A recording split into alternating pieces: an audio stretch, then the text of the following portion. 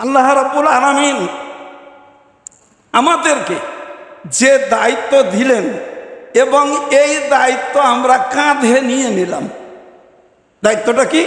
শরীয়তের বিধিবিধান আমরা পালন করব, বিনিময়ে আমরা জান্নাতে প্রবেশ করব এবং যাবতীয় রকমের সুখ শান্তি ভোগ বিলাস এখানে আমরা লাভ করব এই বিধিবিধান পালনের কারণে।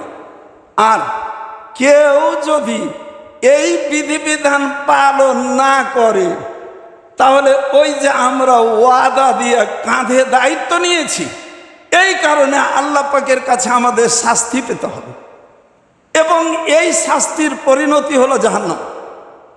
এটা আল্লাহ পাকের সাথে চূড়ান্ত বোঝাপড়া আমাদের হয়ে গেছে। এ কথা কোরআনুল কারিমে বর্ণিত আছে।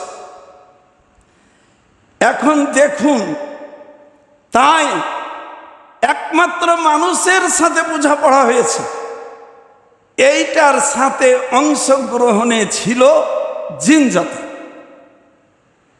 তাই দেখা যায় এই পৃথিবীতে যত মাখলুকাত আছে, কোনো মাখলুকাতের হিসাব নিকাশ হবে না।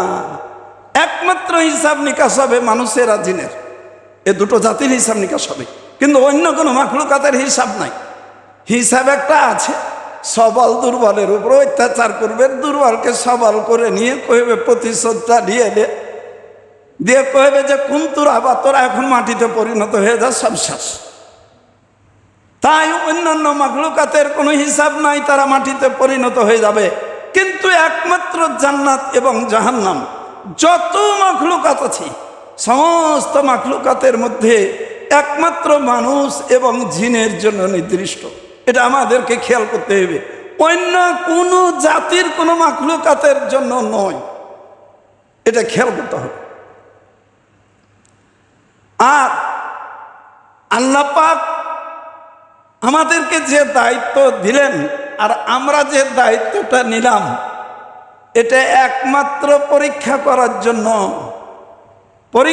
জন্য যে এরা যে দায়িত্ব নিল, তাই দুনিয়ার বুকে পাঠিয়ে দেওয়া হলো যে দায়িত্বটুকু কিভাবে কতটুকু পালন করছে।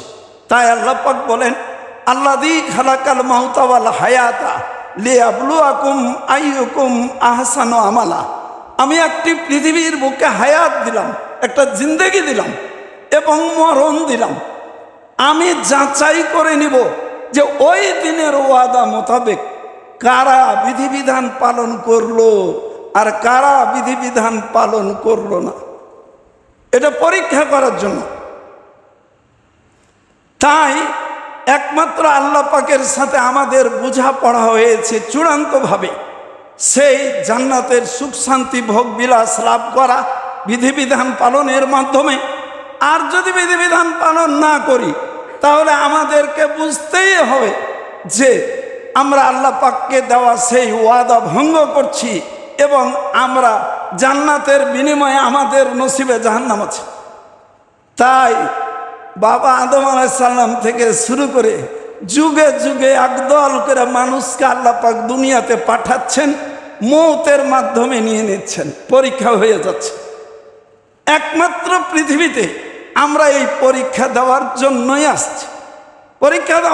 আসছি।